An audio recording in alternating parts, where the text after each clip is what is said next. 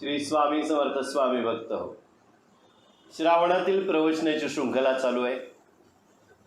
बघता बघता 7वा दिवस उजाडला. स्वामी भक्त हो, सद्गुरु भक्त हो, श्री शंकर महाराज धनकवडीचे यांच्या पूर्ण चरित्रावर आपण हे प्रवचन करत आहोत. कालपर्यंत आपण बऱ्याचशा त्यांच्या जीवनातल्या गोष्टींवर विविध अशा चर्चा केल्या. प्रवचनात आपण बरंच काही जाणून घेतलं. सध्या गेल्या 2 भागांमध्ये आणि किंबहुना आजही ज्ञानकोश हा विषय चालू आहे. नक्कीच तुम्हाला तो आवडत असेल. ज्ञानकोश म्हणजे काय, तर आपले जे यतिवर्य आहेत त्या यतिवर्याने आपल्याला या भूतलावर अवतरून काय देण्याचा प्रयत्न केला, तर महत्त्वाचं म्हणजे ज्ञान देण्याचा प्रयत्न केला. आपल्याला ज्ञान आहेच, बुद्धी आहे, चित्त सर्व काही आहे, पण ते सुप्तावस्थेत गेलंय. त्याला जागृतावस्थेत आणण्याचा प्रयत्न करण्यासाठी ते स्वतः भूतलावर उतरले. कदाचित बऱ्याच लोकांना हे जे ज्ञानकोश विभाग जो असतो तो थोडासा जड वाटतो, पण हा महत्त्वाचा गाभा आहे. कल तक हमने जो पढ़ा है, जो प्रवचन में आपने सुना है, वो ज्ञानकोश का भाग है. कोई भी जो यतिवर्य है, सद्गुरु है, ये सिद्ध संत जो है, वह इस भूतल पर अवतार जब लेते हैं तब वो हमें कुछ बताने की कोशिश करते हैं. वो ज्ञान का कोश होता है जो जरूरी है हमारे लिए, हमारे जीवन के लिए. इस ज्ञान कोश में क्या होता है, वो हमें क्या बताना चाहते हैं, कि क्या ज्ञान देना चाहते हैं. ऐसा नहीं कि हमें ज्ञान नहीं है, ज्ञान तो है. हम सभी को पूरी तरीके से और सबको बराबर ज्ञान भगवान ने प्रदान किया है, दिया हुआ है. लेकिन हमें इस जीवन में जितनी चीज़ों की ज़रूरत है उतनी हम चीज़ें इस्तेमाल करते हैं. जैसे बुद्धि है, चित्त है, इन सारी चीज़ों की जितनी ज़रूरत है उतना ही इस्तेमाल करते हैं. लेकिन हमारे बुद्धि की जो शक्ति है वो कितनी है वो हमें भी मालूम नहीं होता है. और ये सारी जो सिद्धियाँ हमें भगवान ने दी है वो धीरे धीरे धीरे धीरे निद्रित अवस्था में चली जाती है. तो उसको उजागर करने के लिए, उसको इस्तेमाल करो ये बताने के लिए हमारे जो यतिवर्य है वो इस धरती पर प्रकट होते हैं. धनकवडी निवासी श्री शंकर महाराज, उनके चरित्र पर हम ये प्रवचन कर रहे हैं. प्रवचन में बहुत सारी बातें आज तक हमने जान ली है. आज ये 7वां दिन है प्रवचन का. इसमें हम ज्ञानकोश के बारे में सीख रहे हैं. क्या उन्होंने हमें देने की सीख, क्या देने की कोशिश की है. हमने कल तक जो पढ़ा था वो बैरिस्टर राव साहब मेहंदड़े जो है पूना के, उनके बारे में हम पढ़ रहे थे. और मुंबई में कांदेवाड़ी गिरगांव में जो संत ज्ञानेश्वर ने जो हमें बताई है, दिखाई है, लिखी है हमारे लिए, उस ज्ञानेश्वरी यानी आप ज्ञानेश्वरी कह सकते हैं, उसके ऊपर जो प्रवचन था वो दादा महाराज सातारकर जो है वो प्रवचनकार थे, वो प्रवचन दे रहे थे. और राव साहब मेहंदड़े उसको सुनते सुनते मंत्रमुग्ध हो गए और उन्होंने उसके ऊपर सोच विचार किया. एक दिन तो उनको लेके गए उनके दोस्त, उनके चाहने वाले उस प्रवचन को सुनने के लिए. लेकिन उसके बाद उस प्रवचन को वो रोज़ सुनने लगे. देखिए, बैरिस्टर है, परदेश जाके उन्होंने उस वक्त डिग्री भी हासिल की है, लेकिन सही मायनों में प्रगल्भता जो अपनी शिक्षा से हमें मिलती है वो जीवन में कैसे इस्तेमाल करना है वो यहाँ पे सीखने को मिलता है. हम लिखे पढ़े हैं इसका मतलब ये नहीं होता कि कुछ बातों को सिर्फ हम जुटलाना चाहिए, हमें जुटलाना चाहिए, नहीं, हमें सोच विचार करना चाहिए, हमारी सोच और ऊपरी तौर पे जानी चाहिए। तभी ये बैरिस्टर जो है राव साहब मेहंदड़े, ये ज्ञानेश्वरी का अभ्यास करने का सोच विचार कर रहे हैं। यहाँ पे कल हमने पढ़ा था कि बैरिस्टर राव साहेब भारावून गेले होते, अवघ्या 18व्या वर्षी ज्ञानेश्वरी लिहिली कशी याचे त्यांना राहून राहून आश्चर्य वाटत होते। डॉक्टर जो बैरिस्टर है राव साहेब मेहंदड़े, वो गदगद हो उठे कि इतने कम उम्र में, सिर्फ 18 साल की उम्र में ज्ञानेश्वरी में इतना ज्ञान कैसे संत ज्ञानेश्वर दे सके। वो बार बार प्रवचन को जाने लगे, वैसे वैसे ज्ञानेश्वरी की मिठास उनको मालूम पड़ने लगी। घर में आकर भी फिर उन्होंने ज्ञानेश्वरी का अभ्यास शुरू किया। बघा, घरी आल्यावर सुद्धा त्यांनी अभ्यास केला। त्यावेळेला आत्तासारखं इंटरनेट नव्हतं, गुगल सर्च नव्हता, ग्रंथ घेऊन त्याच्यावर अभ्यास करणं, त्याचं अध्ययन करणं फार जरुरीचं होतं आणि ते करू लागले। बालपणीच ज्ञानदेवांच्या आईवडिलांनी मुलांच्यासाठी स्वार्थ त्याग केला होता, त्यामुळे मातेचे प्रेम फार काळ अनुभवायस त्यांना मिळाले नाही। समाजापासून अनेक पद्धतीचा त्रास सोसावा लागत होता। ज्ञानेश्वरांबद्दल सांगितलेलं आहे, बचपन में ही हमारे ज्ञानदेव जो है, उनके माँ बाप जो है, उन्होंने अपने बच्चों के लिए स्वार्थ त्याग किया था।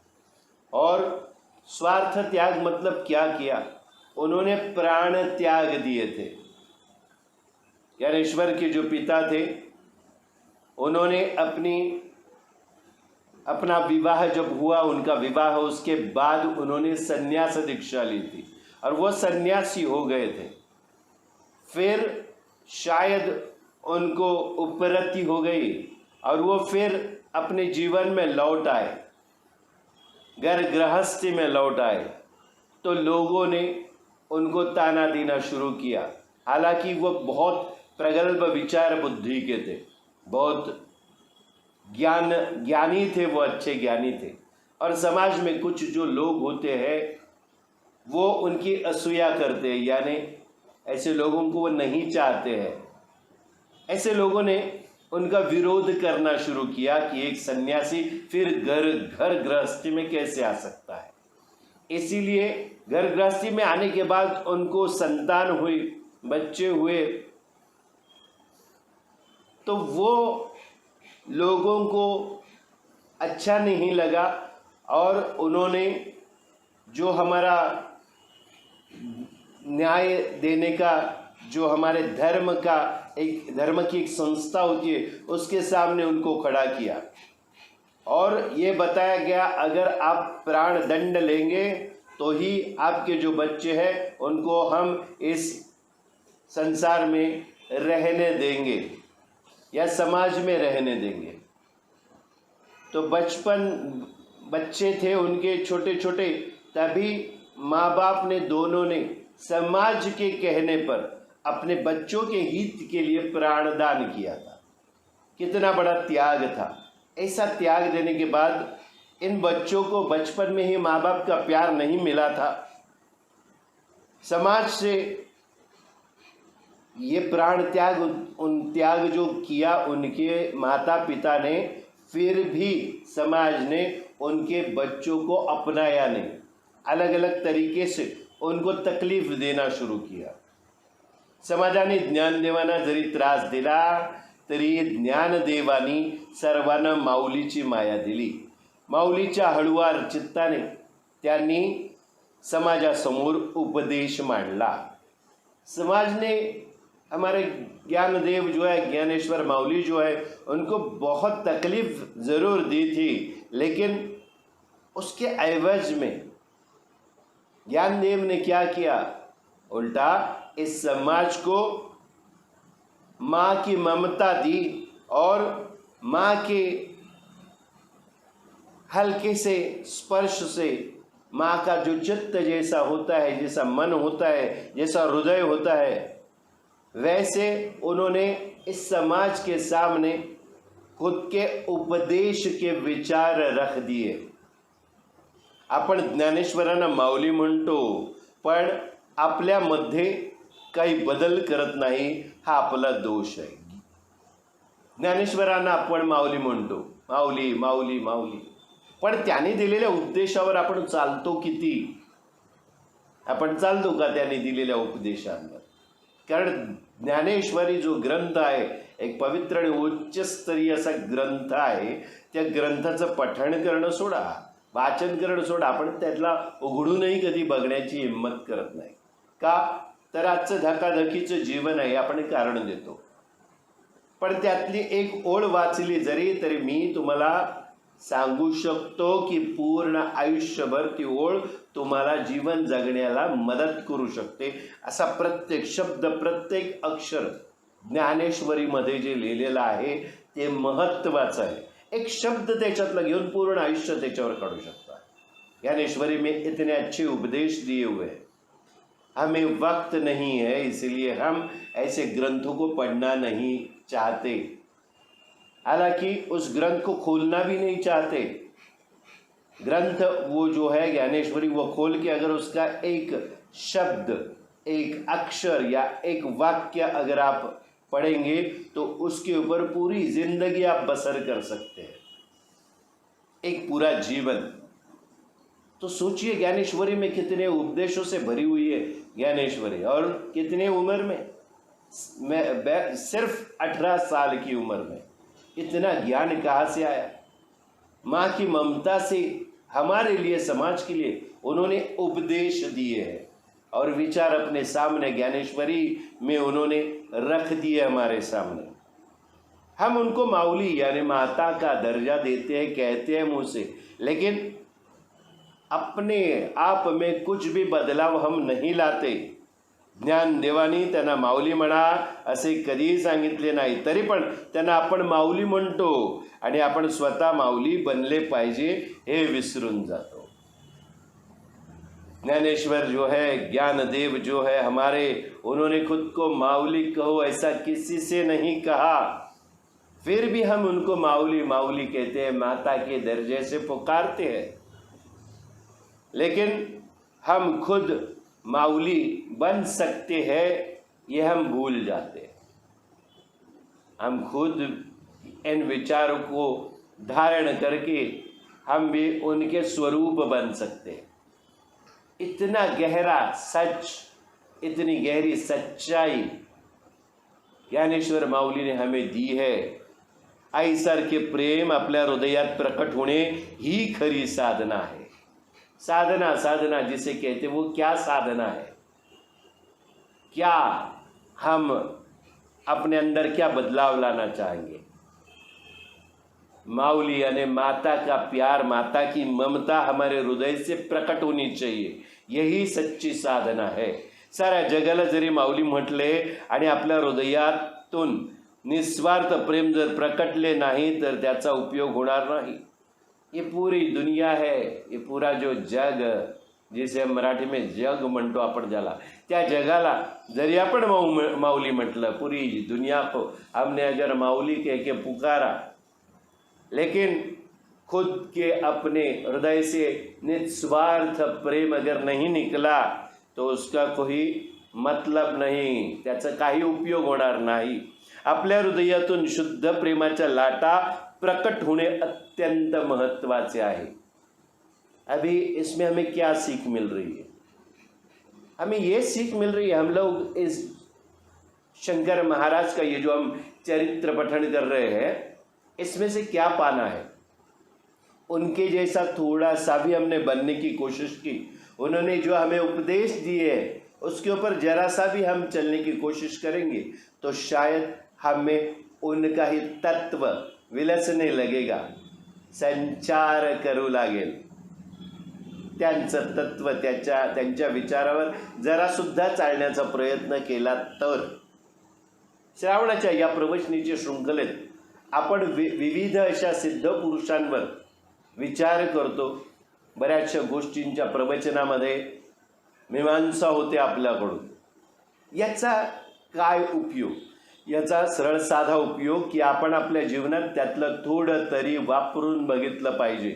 आणि ते आपण जसं लिहिलं या पिलिका आहे, अपने हृदय से शुद्ध प्रेम की लहरें प्रकट होना जरूरी है. ज्यावेळी हे प्रेम प्रकट होऊ लागेल त्यावेळी अध्यात्माची ओळख होऊ लागेल. माँ की ममता का जो प्रेम है वो अपने हृदय से जब प्रकट होने लगेगा तब उस वक्त हमें अध्यात्म की खरी यानी सच्ची पहचान हो सकती है. ज्ञानदेवांनाही आपण माऊली म्हणून त्यांना आनंद होणार नाही. हमारे ज्ञानदेव जो है, ज्ञानेश्वर माऊली जो है, उनको भी हम अगर माऊली कह के पुकारेंगे तो उनको आनंद नहीं होगा. ज्ञानदेवांच्या उपदेशाप्रमाणे वागून आपल्यातील मातृत्व जर प्रकट केलं तर त्यांनाही आनंद वाटू लागेल. उनको कब खुशी महसूस होगी, कब आनंद प्रतीत होगा उनके मन में? जब उनके उपदेशों के ऊपर हम चलने लगे, जरा सा भी चलने लगे तो उनको अच्छा लगेगा. म्हणून माऊलीचे हृदय बनवणे हीच खरी साधना आहे. याची ओळख सर्वांना झाली पाहिजे. माँ का हृदय, हमारा जो हृदय वो माँ का हृदय बनना और एक अलग साधना में लीन होना, यही उनको चाहिए. और हमारी जो साधना पूरे जगत में सबको समझनी चाहिए कि सच्ची साधना क्या है. सच्ची साधना मतलब क्या? हमारे हृदय में माँ की ममता का प्यार उमडना चाहिए. आपल्या हृदयातून मातेचं हृदय जसं असतं त्या हृदयातून जे प्रेम निघतं ते सर्वांप्रती वाटावं. हेच ज्ञानेश्वर माऊलींना पाहिजे होतं. स्वतःला माऊली म्हणून घेणं त्यांना आवडत नाही किंवा आवडतही नसेल. मग काय, त्यांना काय पाहिजे की आपण त्यांच्यासारखं माऊली बनण्याचा प्रयत्न केला पाहिजे. पण कसं बनणार? तर त्यांच्या उपदेशांना समजून त्यांनी आपल्याला काय सांगण्याचा प्रयत्न केला आहे, ज्ञानेश्वरी आपल्याला काय शिकवते, त्याच्यापासून आपल्याला काय मिळतं, उससे हम क्या सीख लेंगे. वो सीख लेके हमारे हृदय का परिवर्तन करके एक माँ की ममता का प्यार उसमें से उमड़ना चाहिए. किसके लिए? अपने इर्द गिर्द जो समाज है उनके लिए. श्री शंकर महाराजांचा संचार नेहमीच चालू असे. हमारे शंकर महाराज जो है वो उनका भ्रमण संचार हमेशा चालू ही रहता है. ते पुण्याहून अनेक वेळा नगरला जात असे. पुन्हा से बहुत बार वो नगर में जाते थे. एके दिवशी सरदार मिरीकर हे रावसाहेब मेहेंदळे यांच्याकडे आले आणि त्यांनी नगरला महाराजांचे दर्शनास येण्याचा आग्रह केला. रावसाहेब तयार झाले व ते सरदार मिरीकरांच्या बरोबर नगरला आले. अभी हमने बैरिस्टर रावसाहेब मेहेंदळे इनके बारे में पढ़ा था. उनका परिचय हमने किया था. वो किस तरीके से ज्ञानेश्वरी का जहाँ पे प्रवचन दादा महाराज सातारकर कर रहे थे उनके पास गए. फिर उन्होंने ज्ञानेश्वरी का खुद पठन और अध्ययन शुरू किया. ये उनका इंट्रोडक्शन था. क्यों था? क्योंकि आगे शंकर महाराज के साथ उनका मिलना तय था. यहाँ पे शंकर महाराज पुणे से बहुत बार नगर जाते थे और एक दिन सरदार मिरीकर जो है राव साहेब मेहेंदळे को लेकर नगर में शंकर महाराज के दर्शन के लिए लेके आते हैं. वो जाकर राव साहेब मेहेंदळे को कहते कि चलिए हमारे साथ नगर में श्री शंकर महाराज का दर्शन करते हैं. तो उनको लेके सरदार मिरीकर जो है राव साहेब जब तैयार होते आने के लिए राजी हो जाते हैं तो उनको लेके नगर में शंकर महाराज के दर्शन के लिए जाते हैं. श्री शंकर महाराज सरदार मिरीकरांचे वाड्यात वास्तव्यास होते. शंकर महाराज मिरीकर जो है उनके जो उनका जो वाड़ा था, उनका जो घर था, उसमें ही रह रहे थे। उस वक्त धोतर व शर्ट असा त्यांचा पोशाख होता। उन्होंने धोती पहनी थी और शर्ट पहना हुआ था। दाढ़ी व मिशा अस्ताव्यस्त वाढलेल्या होत्या। आपने शंकर महाराज का फोटो कई बार देखा। यहाँ पे आपके दर्शन के लिए हमने उनकी मूर्ति भी रखी है। इनके जो बाल बिखरे हुए हैं, दाढ़ी और मूछे बड़ी हुई है, ऐसे दर्शन उस वक्त हमारे राव साहब मेहंदड़े जो है उनको हुए। डॉक्टर बार बार मालूम नहीं डॉक्टर डॉक्टर क्यों आ रहा है। ये हमारे बैरिस्टर राव साहेब मेहंदळे जो थे, उन्होंने महाराज को देखा। बैरिस्टर राव साहेबांनी महाराजांना पाहिले आणि ते दर्शनासाठी उठले, अपनी जगह से उठ गए। उन्होंने शंकर महाराज को देखा। तभी राव साहेबांच्या मनात काही शंका निर्माण झाल्या होत्या। राव साहेबांनी महाराजांचे दर्शन घेतले आणि महाराजांनी त्यांच्या पाठीवर जोरात थाप मारली। अभी जैसे ही राव साहेब उठकर खड़े हुए, शंकर महाराज को देखा तो उनकी मन में कुछ शक पैदा हुए, कुछ शंकाएं आई। राव साहब ने महाराज का दर्शन लिया। तब महाराज ने उनके पीठ पर जोर से उनकी पीठ थपथपाई। महाराजांची आणि रावसाहेबांची दृष्टी भेट झाली आणि आनंद सरोवरात आंदोलणाऱ्या महाराजांच्या कमळासारख्या डोळ्यातून होणारा कृपेचा वर्षाव रावसाहेबांनी अनिमिष नेत्रांनी पाहिला। यहाँ पे देखिए क्या हुआ है। जैसे उनकी पीठ पर जोर से उन्होंने शंकर महाराज ने अपना हाथ मारा और उसके बाद महाराज, शंकर महाराज और राव साहेब इनकी दृष्टि भेंट हुई।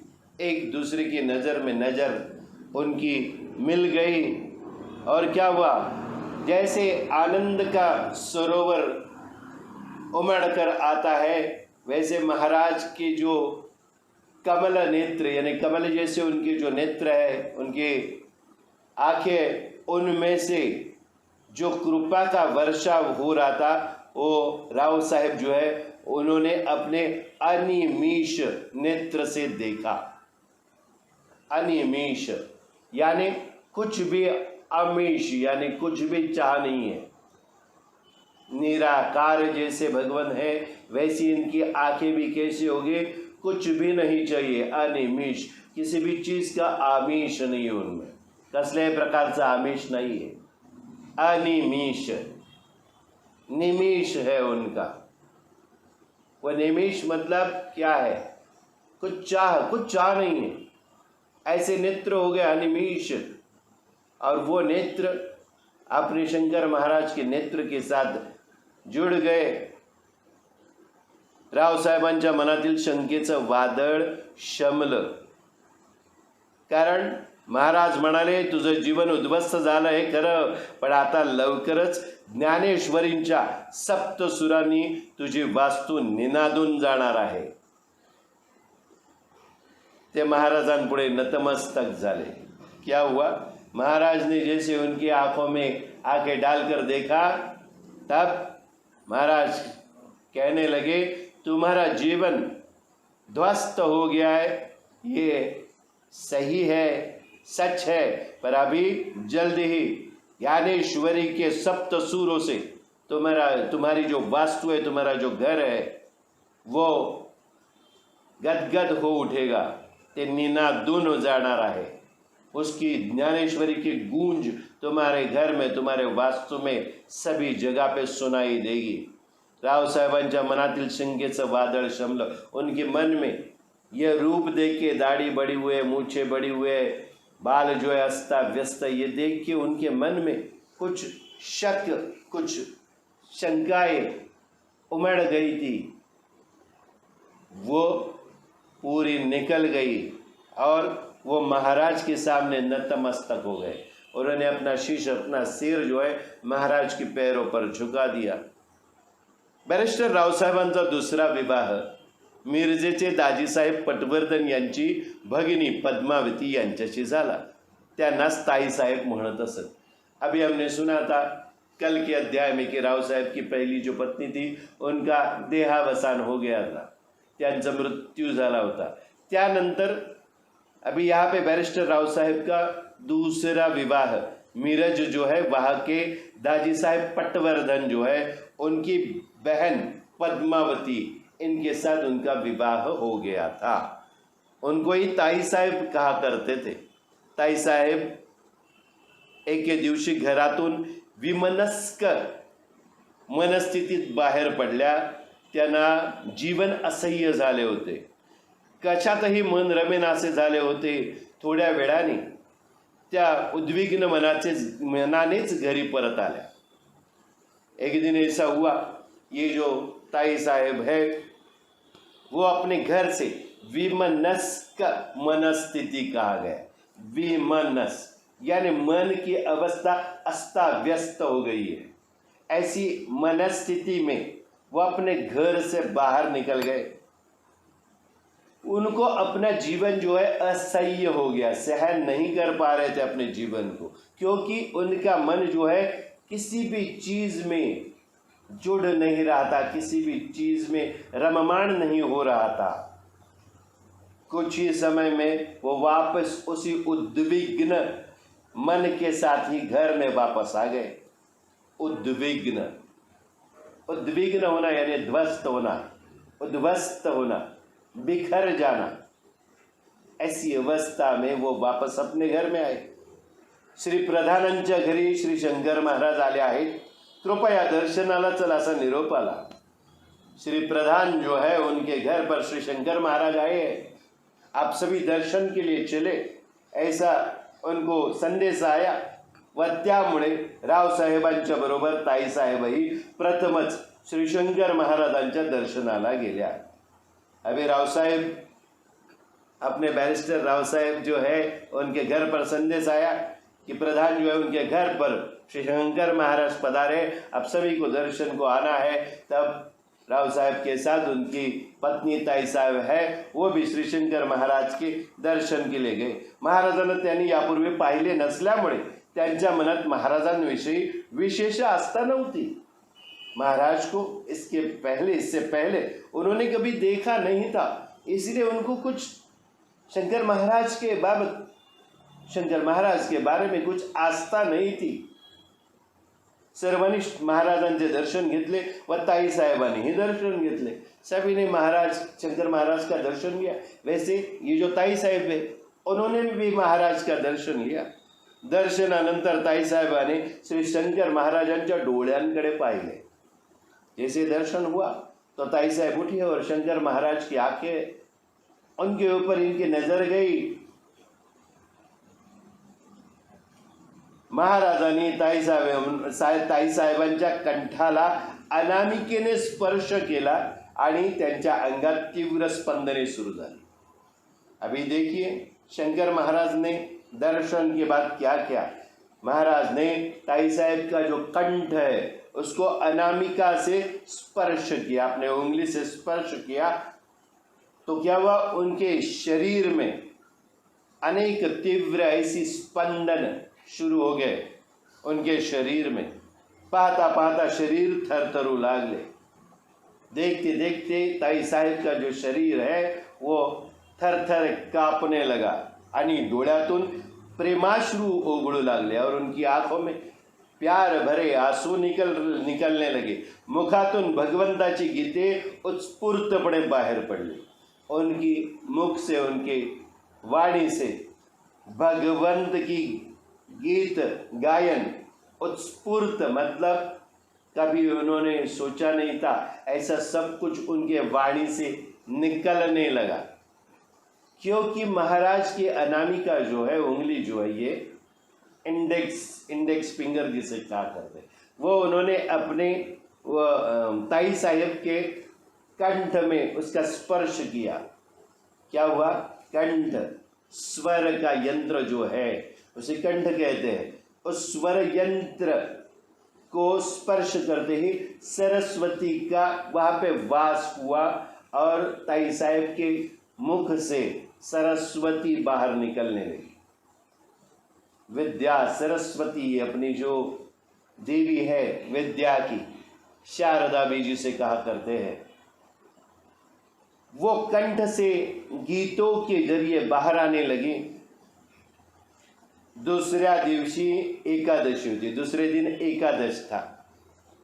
दादा महाराज सातारकर यांच्या ज्ञानेश्वरीच्या प्रवचनास उभयता गेले। दूसरे दिन एकादशी थी। एकादशी के दिन दादा महाराज सातारकर ज्ञानेश्वरी के ऊपर जिन्होंने प्रवचन किया था, उनका प्रवचन था तो दोनों पति पत्नी राव साहेब मेंदड़े और ताई साहेब दोनों उनके प्रवचन को गए। दादा महाराज प्रवचनात रंगून गेले होते। दादा महाराज सातारकर जो है वो प्रवचन में दंग हो गए थे। प्रवचन संपले व दादा महाराजांनी ज्ञानेश्वरी उचलून ताई साहेबांच्या हाती ठेवली आणि आता तू सर्वांना ज्ञानेश्वरी सांगत जा असा प्रेमाने आशीर्वाद दिला। क्या हुआ देखिए, दादा महाराज जो ज्ञानेश्वरी के ऊपर प्रवचन कर रहे थे, प्रवचन जैसे खत्म हुआ तभी दादा महाराज ने क्या किया, ज्ञानेश्वरी का जो ग्रंथ है उठाया और ताई साहब के हाथ में रख दिया और कहा इसके बाद आप ज्ञानेश्वरी सबको बताते जाइए। ऐसा प्रेम से आशीर्वाद दिया। इसके बाद ज्ञानेश्वरी के ऊपर आप प्रवचन करेंगे। प्रवचन करते हुए सबसे बड़ी बात जो होती है वह स्वर यंत्र यानी कंठ। जहाँ पे अगर सरस्वती का वास हो तो जो प्रवचन करता है वो सरस्वती विराजमान अगर उनके कंठ में है तो अच्छी अच्छी बातें, जो सात्विक बातें, जो जरूरी बातें इस समाज के लिए उनके कंठ से निकलती है। उस कंठ को स्पर्श किया हमारे शंकर महाराज ने। उसके बाद दादा महाराज सातारकर उनके प्रवचन को गए। ज्ञानेश्वरी के ऊपर प्रवचन फिर एक बार चल रहा था। दादा महाराज सातारकर उसमें दंग रह गए थे। वो जब खत्म हुआ प्रवचन तब दादा महाराज सातारकर ने क्या किया, उन्होंने उस ग्रंथ को ताई साहेब के हवाले कर दिया और इसके बाद प्रवचन आप ही करेंगे ऐसा उनको आशीर्वाद दिया। त्या रात्रीच ताई साहेबांना एक दृष्टांत झाला। सर्व अलंकाराने युक्त श्री गणेश पार्वती मातेसह प्रकट झाला। मंगलमूर्तीची ताई साहेबांनी मनोभावे पूजा केली। त्यावेळी श्री शंकर महाराजांनी कंठाला जिथे अनामिकेचा स्पर्श केला होता त्याच स्थानी साक्षात श्री गणेशाने सुद्धा स्पर्श केला। अशा प्रकारे श्री शंकर महाराजांचे आशीर्वादाने ताई साहेबांना दिव्य अनुभव प्राप्त झाला।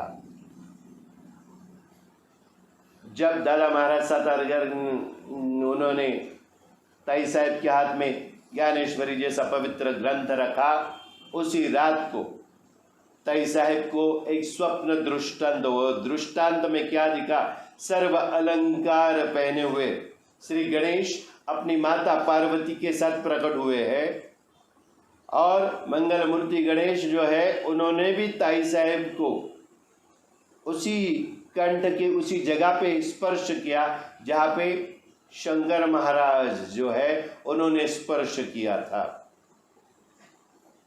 ताई साहेब ने मंगल मूर्ति की मनोभावे यानी मन से पूजा की।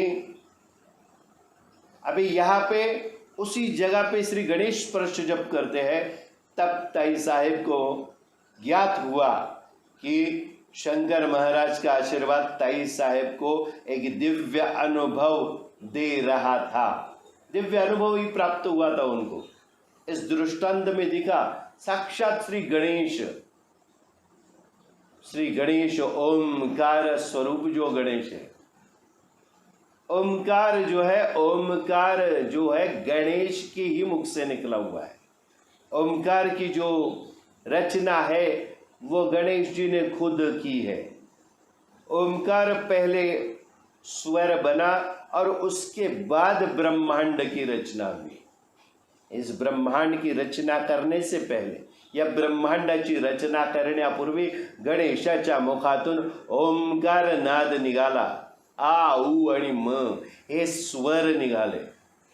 ते ओंकार स्वरूप गणेशाची पत्नी आपण जिला मानतो ती देवी सरस्वती शारदा तीच प्रकट झाली होती आणि गणेशाने गणपती बाप्पाने उसी जगह पे कंठ पे जहाँ पे शंकर महाराज ने अपने अनामिका से ताई साहेब को स्पर्श किया था, उधर ही स्पर्श दृष्टांत में श्री गणेश जी ने करके ये बताया कि मैं वही हूँ, मैं साक्षात ईश हूँ, गणाधीश हूँ। और ये संबंध बहुत जरूरी है, आपको यही हम समझाना चाहते हैं। यहाँ पे इस तरीके से क्या हुआ, श्री शंकर महाराज का आशीर्वाद ताई साहेब को एक दिव्य अनुभव दे चुका था। रावसाहेब व ताई साहेब मुंबईहून कायमचे पुण्याला आले। ताई साहेब और रावसाहेब दोनों हमेशा के लिए पुणा में आके बस गए। बुधवार पेठेतील त्यांच्या मेहेंदळे वाड्यात राहू लागले व रोज सत्संग घडू लागला। शंकर महाराज ने राव साहेब की जब पहली भेंट हुई थी तभी उनको आशीर्वाद दे के उनकी आंखों में आंखें डालकर क्या बताया था, एक दिन तुम्हारा जो वाड़ा है, तुम्हारा जो घर है, वहाँ पे ज्ञानेश्वरी के स्वर गूंजेंगे। उसके बाद ताई साहब को उन्होंने ये आशीर्वाद दिया। अभी वो अपने पूना के घर में अपने वाड़ा जो है उनका उधर वापस आए और फिर उन्होंने ज्ञानेश्वरी का पठन वहाँ पे शुरू किया। ये ऐसा शंकर महाराज ने बहुत पहले आशीर्वाद दिया था। उसके बाद देखिए कैसी घटनाक्रम हमारे सद्गुरु, हमारे सिद्ध पुरुष, हमारे जो यतिवर्य हमारे लिए पहले ही सोच के रखा है उन्होंने। हमें लगता है कि आज ये घट रहा है, लेकिन इसका संकल्प पहले से ही हुआ रहता है, पहले से तय रहता है इनका मिलना। इसलिए यहाँ पे क्या हुआ, रोज हमेशा उस घर में लोगों को सत्संग होने लगा। एखाद्या दिवशी स्वतः महाराज उभयताना येऊन आशीर्वाद दे। कभी कभी शंकर महाराज खुद दोनों को आके, पति पत्नी को आके आशीर्वाद देते थे। ताई साहेबांच्या मुखातून ज्ञानेश्वरीतील निरूपण ऐकून श्रोते मंत्रमुग्ध होऊ लागले। ताई साहेब की मुख से जो ज्ञानेश्वरी का निरूपण निकलता था, ज्ञानेश्वरी जो लिखी है हम पढ़ते हैं, पढ़ सकते हैं, समझ भी सकते हैं, लेकिन ऐसे जो आशीर्वादित जो लोग होते हैं उनके मुख से वो सुनना और उसके ऊपर निरूपण यानी क्या, उसके बारे में अच्छी तरीके से समझ पैदा करना सुनने वालों के मन में, हृदय में, इसको निरूपण कहते हैं। क्या उससे सीख मिलती है, वो सीख हमें अच्छी तरीके से बताते हैं, वो होता है प्रवचन। और प्रवचन में पढ़ते पढ़ते बीच बीच में प्रवचनकार जो होता है वो जो बताती है अच्छी अच्छी बातें अपने जीवन में, जिससे कुछ अच्छी घटनाएं घट सकती है, कुछ सीख मिल सकती है, कुछ ज्ञान मिलता है, उसे कहते हैं निरूपण करना। तो ये निरूपण सुन के श्रोते जो है मंत्रमुग्ध होने लगे। सद्गुरूंच्या प्रसाद चंद्रम्याचा उदय झाल्यामुळे त्यांच्या अंतरी उन्मेषाची पौर्णिमा उजळलेली होती। अभी ये जो ताई साहेब है उनको सद्गुरु का प्रसाद मिल चुका था, उनके हृदय में प्रसाद चंद्रमा यानी प्रसाद का चंद्र स्वरूप चंद्रमा उदय हो चुका था और उसके अंतरात्मा में उन्मेष की पौर्णिमा पूनम आज उमड़ गई थी। देखिए उन्मेष, उन्मेष मतलब आनंद, उनके अंदर आत्मा के अंदर उन्मेष की पौर्णिमा यानी पूनम, पूनम यानी फुल मून पौर्णिमा आपण ज्याला म्हणतो, जिकडे पूर्णपणे लख चंद्राचा प्रकाश असतो, अशा प्रकाशात भरपूर आपल्याला ऊर्जा मिळते। कारण रात्रीच्या वेळी सूर्यदेवता अस्ताला गेलेले असताना आपल्या भूतलावर पौर्णिमेला पूर्ण चंद्र असतो। तो चंद्र काय करतो, सूर्याची ऊर्जा आपल्यात घेतो आणि तीच ऊर्जा आपल्या भूतलावर पाठवतो। किती महत्त्वाचा विषय है। सायंस बघा, विज्ञान काय सांगतं, ये विज्ञान जो है अपने हमें क्या बताता है, चंद्रमा पूनम के वक्त फुल मून यानी पूरा चांद दिखता है, ये चांद पूरी धरती को चकाचौंध कर देता है रात के समय। ये जो ऊर्जा है, ये जो किरणें हैं वो कहाँ से पाता है? वो सूरज से पाता है। लेकिन रात को सूरज अस्त हो चुके हैं, उस वक्त उनकी ही किरणें, उनकी ऊर्जा हम तक पहुंचाने का काम जब करता है चंद्रमा, तो वैसा चंद्रमा अभी इनके हृदय में उमड़ चुका था। उस प्रकाश में जितने लोग आते थे उनका जीवन भी प्रकाशमय होने लगा था। और ये हम क्यों बता रहे? क्योंकि हमारे शंकर महाराज ने उनको आशीर्वाद दिया था। ताईसाहेब संत ज्ञानेश्वरांच्या अमृतवाणीचे वर्णन करत होत्या। ज्ञानदेवांचे शब्द माधुर्याच्या बाबतीत तर अमृतात तेही पैजा जिंकणारे आहेत। आशय घनतेच्या बाबतीत ते तेजाचं दान करणाऱ्या सूर्यबिंबाशी स्पर्धा करणारे आहेत। अद्वैतानंद स्पर्शाने त्याची देठी रसमय झाली होती। संजीवक दृष्टी ज्या दिशेने संचार करीत असे तिकडे मुखाची सृष्टी होत असे। ज्ञानेश्वरीतील अक्षरे म्हणजे निर्गुणाच्या भुजा आहेत। ते अतींद्रिय सुख जीवात्म्याला प्रीतीचे आलिंगन देण्यासाठी अक्षरांच्या रूपाने झेपावला आहे। अभी देखिए ताई साहेब संत ज्ञानेश्वरी के अमृत वाणी का वर्णन कैसे कर रहे थे। ये जो अभी हमने पढ़ा ये पूरा दाखिला है जो ताई साहेब लोगों को निरूपण में पढ़ के बताते थे। क्या क्या बताया है? ज्ञानदेवांचे शब्द माधुर्याच्या बाबतीत तर अमृताशी पैज जिंकणारे आहे। ज्ञानेश्वरी में हमारे ज्ञानदेव ने जो शब्द कहे हैं उनकी मिठास साक्षात अमृतपान के मिठास से भी ज्यादा है। आशय घनतेच्या बाबतीत ते तेजाचं दान करणाऱ्या सूर्यबिंबाशी स्पर्धा करणारे आहेत। अभी आशय यानी उसमें क्या बताया गया है, उसकी घनता यानी दृढ़ता इतनी है, जो तेज का दान देने वाला सूर्य है उसकी जो किरणें निकलती है उस किरणों से भी ज़्यादा प्रखर तेज है। उनके आशय में ज्ञानदेव ने जो हमें ज्ञान दिया है उसका आशय यानी मर्म, वो क्या बताना चाहते वो अद्वैतानंद स्पर्शाने, द्वैत ने अद्वैत यानी सारी चीजें इस सृष्टि में है, उसके पीछे एक ही शक्ति विराजमान है, एक ही शक्ति कार्यरत है, ये बताने वाला अद्वैत। उस अद्वैत का आनंद उसको कहते हैं अद्वैतानंद। ऐसे अद्वैतानंद के स्पर्श से वो दिठी यानी उसका जो गाभा है वो रसमय हो गया है। संजीवक दृष्टी ज्या दिशेने संचार करीत असते तिकडे सुखाची सृष्टी होत असते।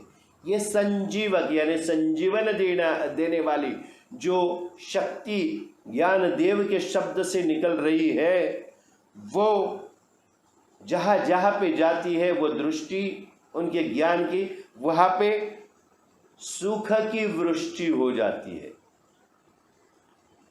किसी कवि के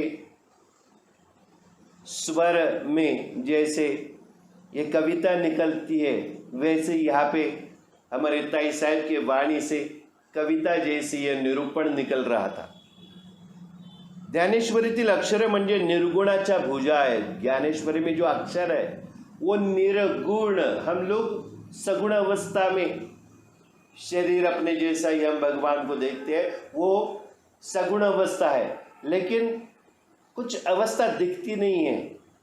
निर्गुण, कुछ गुण है भी और नहीं भी, ऐसी अवस्था, वो अवस्था जो है वो ज्ञानेश्वरी की अक्षर जो है वो अक्षर ऐसे निर्गुण की भुजाएं यानी हाथ है, और वो हाथ निर्गुण के हाथ ज्ञान देने के लिए हमारे पास फैलाए जा रहे, ऐसा प्रतीत हो रहा था। ते अतींद्रिय सुख जीवात्म्याला प्रीतीचे आलिंगन देण्यासाठी अक्षरांच्या रूपाने झेपावलेला आहे। किसी कवि की कल्पना में जैसे शब्द निकलते हैं वैसे ये शब्द है, वो अतींद्रिय, अंदर का, सारे इंद्रियों के अंदर का जो सुख है वो जीवात्मा, हम जीवात्मा है, जीव लेके प्रकट हुए, लेकिन आत्मा स्वरूप जो शिवात्मा है उसका ही रूप है जीवात्मा। वो जीवात्मा है, उसको प्रीति का यानी प्यार का आलिंगन यानी झप्पी देने के लिए वो अक्षर आगे बढ़ रहा है इस ज्ञानेश्वरी से। बहुत कठिन लगता होगा आपको सुनने में, लेकिन आपको फिर एक बार बताऊंगा, आप जो सुन रहे हैं अपने ये जो कान है उस इंद्रिय से मत सुनिए, अपने हृदय का कान बना लीजिए, आपल्या हृदयाचे कान बनवा आणि मग हे सगळं ऐका, तुम्हाला फार आवडेल। कठीण आहे पण सोपं करून सांगण्याचा मी प्रयत्न करतोय। स्वामींची साक्षात शंकर महाराजांची शक्ती या प्रत्येक शब्दातून आपल्याकडे झेपावते, त्यावर लक्ष केंद्रित करा। ज्ञानेश्वरीच्या 7व्या अध्यायातील 7वा श्लोक, मत्तः परतरं न्यान्य चिदस्ति धनंजय मयि सर्वमिदं प्रोक्तं सूत्रं मणिगवा इव। मत्तः परतरं न्यान्य किंचिदस्ति धनंजय मयि सर्वमिदं प्रोक्तं सूत्रे मणिगतः इव। भगवान श्री कृष्ण वर्णन करता है, वो वर्णन इस 7वें श्लोक में बताए गए हैं। मैंने 2 बार पढ़ा। देखिए, संस्कृत है, अपनी ये जो संस्कृत भाषा है ये देवों की भाषा है, आपल्या देवांची भाषा आहे। या भाषेतून सर्व ग्रंथ मुळात लिहिले गेले। हे ग्रंथ संस्कृत मधले पुन्हा प्राकृत मध्ये केले गेले। संस्कृत को फिर प्राकृत में लाया गया, प्राकृत को फिर मराठी, हिंदी और सारी जो भाषा हमें अवगत है उसमें उसको आसान करके लेके आए। तो ये पढ़ते वक्त देखिए अपनी जिह्वा, अपनी जो जीभ है, आपली जीभ है किती अडखळते। तेच 2दा वाचून सुद्धा पुन्हा पुन्हा जर माझी जीभ अडखळत असेल तर फक्त 18 वर्षाचे ज्ञानेश्वर आहेत आपली ज्ञानेश्वर माऊली, त्यांनी एवढी मोठी ज्ञानेश्वरी लिहिताना काय जिव्हेमध्ये काय सरस्वतीचं वरदान असेल त्यांना। कितनी आसानी से ज्ञानेश्वर माऊली ने हमारे लिए इतना बड़ा ग्रंथ संस्कृत में बताया। छोटी सी बात है अगर लगे, लेकिन सबसे महान सच है इस दुनिया का। भगवान श्री कृष्ण वर्णन कर रहे हैं, माझ्या वाचून दुसरे काही परमार्थात सत्य नाही। भगवान श्री कृष्ण कह रहे हैं, मुझे छोड़कर, मेरे अलावा कुछ भी परमार्थ में सत्य नहीं है। सोन्याच्या दोऱ्यात सोन्याचे मणी जसे ओवावेत तसेच त्याप्रमाणे माझे ठिकाणी सारे जग ओवलेले आहे। सोने का जो धागा होता है उसमें सोने के मणि जो है जैसे उस धागे में पिरोए जाते हैं, उसी तरीके से मेरे अंदर पूरे दुनिया जो सारा जो जग है, सारी दुनिया है वो पिरोई गई है। मतलब क्या, ये सोने के मणि यानी ज्ञान के जितने भी मणि है वो किस धागे में है? वो धागा है साक्षात भगवान श्री कृष्ण। वो धागा सारे ज्ञान का, पूरे दुनिया की जितनी भी चीजें हैं उस चीजों को ज्ञान स्वरूप धागे में पिरोया गया है। तो धागा म्हणजे कोण आहे? साक्षात श्री कृष्ण आहे। मध्यान्हाच्या वेळी रोहिणी मुहूर्त असतो, त्यावेळी सूर्याची किरणे भूमीवर सरळ प्रखर पडतात, तेव्हा मृगजळाचा भास होतो। मध्यान्ह यानी दोपहर का समय, उस वक्त रोहिणी मुहूर्त होता है। उस वक्त सूरज की किरणें सीधी दोपहर की वक्त सूरज जब माथे पे आ जाता है तो सीधी उसकी किरणें धरती पर आती है। तब क्या होता है? मृग जल जैसा है वैसा भास होता है। यानी क्या, दूर से अगर रास्ते पे देखेंगे तो आपको लगेगा सूरज की किरणें हैं, लेकिन आपको लगेगा वहाँ पे जल है। मृग यानी हिरण, मृग म्हणजे काय, हरण. तर मृगजळ म्हणजे काय, हरण तहानलेलं असतं, पाण्यासाठी व्याकुळ झालेलं असतं आणि ते इथे सैरावैरा धावत असतं. त्याला लांब सूर्याची किरणं दिसतात, दुपारच्या उन्हात त्याची तगमग होत असते. तो पाण्यासाठी वणवण धावत असतो आणि धावत असताना त्याला दूरवर पाणी दिसतं, पण ते पाणी नसतं. त्या पाण्यासाठी ते मृग, त्या जळासाठी ते मृग धावतं, पण तिथे गेल्यावर त्याला कळतं की तिथे पाणी नाही आहे. सूर्याची किरण असा आभास निर्माण करतात की तिथे पाणी आहे. मृग, मृग मतलब हिरण. दोपहर के वक्त प्यास से तिलमिलाता हुआ ये हिरण अपनी गति से दौड़ता रहता है और रास्ते पे दूर सूरज की किरणें जहाँ पे पड़ी है उस भूमि पर, उस जमीन पर उसको पानी दिखाई देता है. उस पानी के लिए वो मृग, उस जल के लिए वो मृग दौड़ता है. उसको मृग जल कहा करते हैं. वहाँ जाके देखता है तो पानी नहीं होता है, फिर उसकी भागा दौड़ी चालू हो जाती है. यहाँ पे वही बताया है. तब मृग जल का भास कब होता है, जब सूरज की दोपहर में किरणें, जब रोहिणी नक्षत्र होता है उस वक्त, रोहिणी मुहूर्त जब होता है तब सूरज की किरणें भूमि पर सीधी पडती है.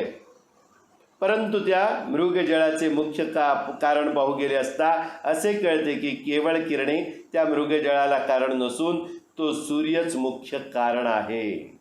अभी यहाँ पे क्या बताना चाहते हैं कि उस वक्त मृगजल का मुख्य कारण क्या है.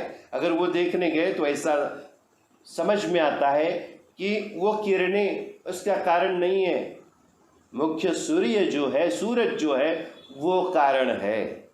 उसी तरीके से त्याचप्रमाणे जेव्हा या प्रकृतीपासून जगाची उत्पत्ती झालेली असते आणि जेव्हा सर्व जगात एकत्र करून त्याची समाप्ती किंवा लय केलेला असतो, तेव्हा उत्पत्ती, स्थिती, लय यांना मुख्य कारण मीच आहे. अभी देखिए, उत्पत्ति, स्थिति और लय यानी क्या, किसी भी चीज का निर्माण होना, उत्पत्ति होना. लय यानी उसका जीवन जीना. क्षमा चाहता हूं, उत्पत्ति यानी क्या है, उत्पत्ति यानी निर्माण होना, स्थिति यानी उनका जीवन में जीना, और फिर उसका लय यानी खत्म होना, मृत्यु. ये सारी जो तीन चीजें हैं, उत्पत्ति, स्थिति और लय, ये जो है वो चलाने वाला कौन है. जैसे प्रकृति जो है उससे पूरे दुनिया की उत्पत्ति हुई है, और जब सब इस जग में, इस दुनिया में एक साथ रहते हैं और उसके बाद ये पूरी दुनिया की, पूरी ब्रह्मांड की समाप्ति होती है, तब जब वो लय हो जाता है, समाप्त हो जाता है, तब उत्पत्ति का, स्थिति का और लय का कारण कौन है. खुद श्री कृष्ण भगवान कह रहे कि उस सारी चीज़ों का कारण मैं अकेला हूँ. ब्रह्मा, विष्णु, महेश, हम इनको कैसे देखते हैं, द्वैत स्वरूप देखते हैं, अलग अलग देखते हैं, लेकिन अद्वैत की उपासना श्री कृष्ण भगवान यहाँ पे हमें बता रहे हैं. मैं अलग नहीं हूँ, उत्पत्ति भी मैं करता हूँ, स्थिति भी मैं चलाता हूँ, और लय यानी नाश भी मैं करता हूँ, ध्वस्त भी मैं करता हूँ, खत्म भी मैं करता हूँ. तो ये सारे जो हम अलग अलग सोचते हैं कि यहाँ पे ब्रह्मा काम करते, यहाँ पे विष्णु काम करते, यहाँ पे शिव काम करते, लेकिन ये सारे जो काम है वो एक ही धागे में पिरोए हुए सारे अलग अलग मणि है. वो धागा कौन सा है, श्री कृष्ण भगवान. ज्ञानेश्वरी में, भगवद गीता में श्री कृष्ण भगवान ने खुद ही बताया है. ये जो 7वां श्लोक है ज्ञानेश्वरी का, जो हमने आपको पढ़कर बताया था संस्कृत का, वो यही आपको बता रहा है. याप्रमाणे जगत हे उत्पन्न झाल्यानंतर त्याला अस्तित्व प्राप्त होतो. जग पूरा जो दुनिया है वो जब उत्पन्न होता है उसके बाद उसको एक अस्तित्व प्राप्त होता है. पहले उत्पन्न होता है, फिर स्थिती यानी अस्तित्व, और स्थिती काळात ज्ञानाला विषय होते आणि लय काळात दिसत नाहीत. स्थिती काल में ज्ञान दिखता है जब स्थिती है. जेव्हा स्थिती आहे त्यावेळेला ज्ञानाला विषय असतात. उत्पत्तीच्या वेळेला ज्ञान, उत्पत्ति के समय ज्ञान को विषय कुछ भी नहीं है. विषय कब आता है? विषय की उत्पत्ति कब होती है? जब हम जीवन जीते हैं उसी वक्त हमें इन विषयों की लालसा होती है. इससे पहले उत्पत्ति के वक्त भी नहीं और लय यानी समाप्ति के वक्त भी नहीं. तो यहाँ पे वही बताया है, स्थिति काल में ज्ञान का विषय होता है और लय काल में वो दिखता नहीं है. हा सर्व प्रकार माझ्या अधिष्ठानावर आहे. ये सारे जो प्रकार घट रहे हैं यानी उत्पत्ति, स्थिति और लय, वो श्री कृष्ण के अधिष्ठान पर निर्भर है और उनके ऊपर ये पूरा चलता है. ज्याप्रमाणे सूत्राने मणी धारण करावेत त्याप्रमाणे मी विश्वाची सत्ता स्फूर्तीद्वारा धारण करतो. जैसे पहले ही बताया, सूत्र यानी धागा, सोने के धागे में जैसा मणि धारण होता है, मणि पिरोए जाते हैं, वैसे ही विश्व की पूरी सत्ता स्फूर्ति द्वारा मैं खुद धारण करता हूँ. धारण करते हैं यानी कौन है वो धागा है. तो धागा आहे ते श्री कृष्ण. या पूर्ण विश्वाची सत्ता स्फूर्तीद्वारा ते धारण करतायत. ज्याप्रमाणे सोन्याचे मणी करावेत आणि ते सोन्याच्याच दोऱ्यात ओवावेत, त्याप्रमाणे मी हे जगत आतून आणि बाहेरून धारण केले आहे. जिस तरीके से, जिस प्रकार सोने के ही मणि है और सोने के ही धागों में पिरोए जाते हैं, उसमें धागा भी मैं हूँ और सोने के मणि भी मैं हूँ.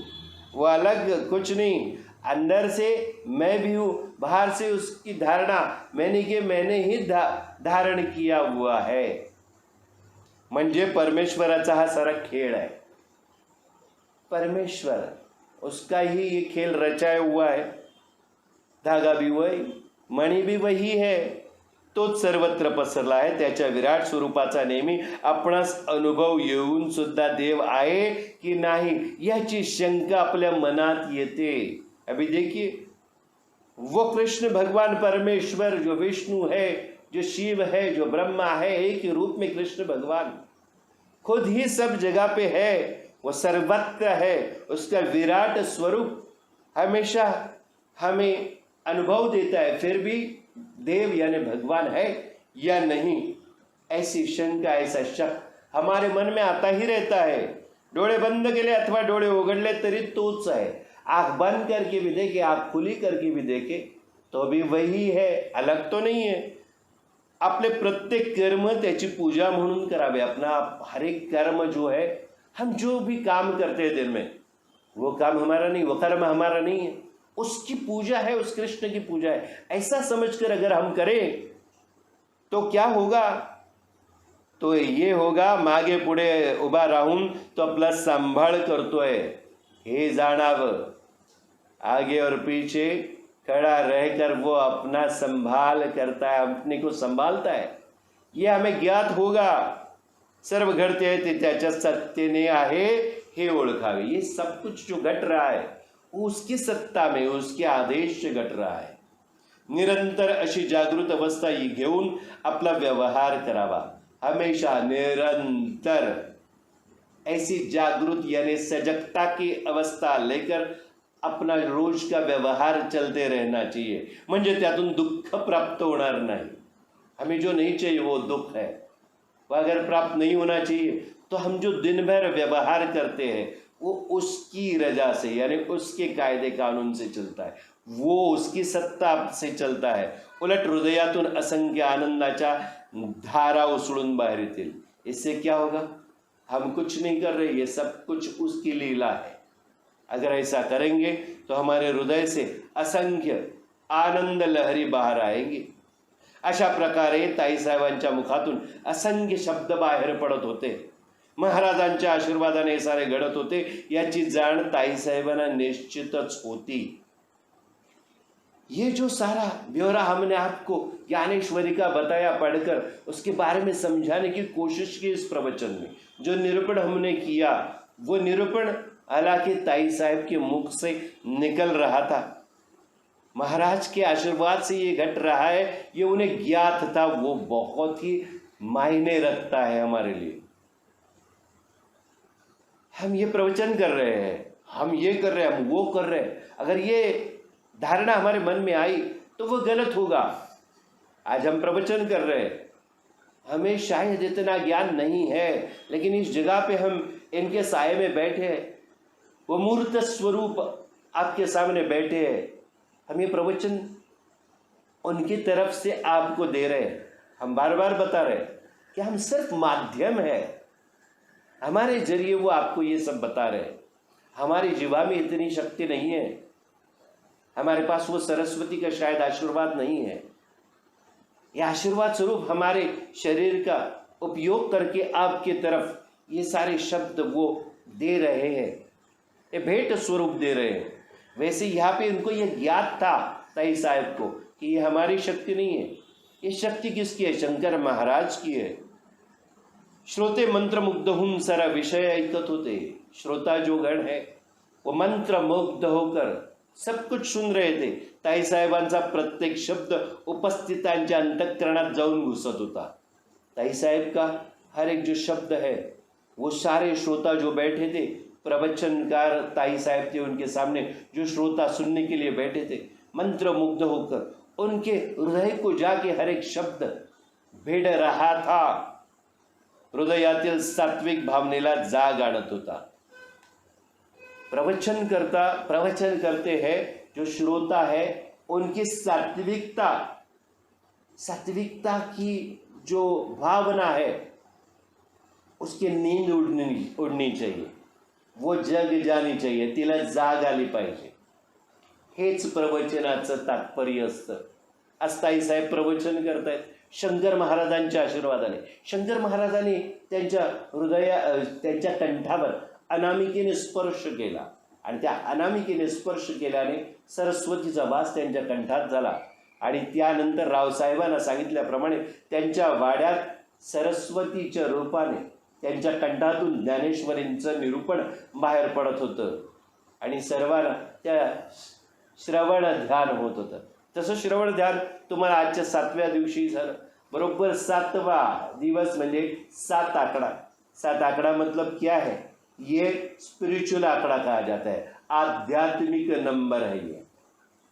आज 7वें दिन ज्ञानेश्वरी का निरूपण ताई साहेब ने जो किया और शंकर महाराज ने आशीर्वादित किया था, ये आपके सामने मैं रख सका। शायद यही महाराज का आशीर्वाद है।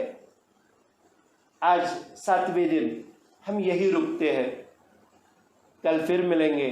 तब तक के लिए श्री स्वामी समर्थ, श्री स्वामी समर्थ, श्री स्वामी समर्थ। एक बार सब जय जयकार करिए।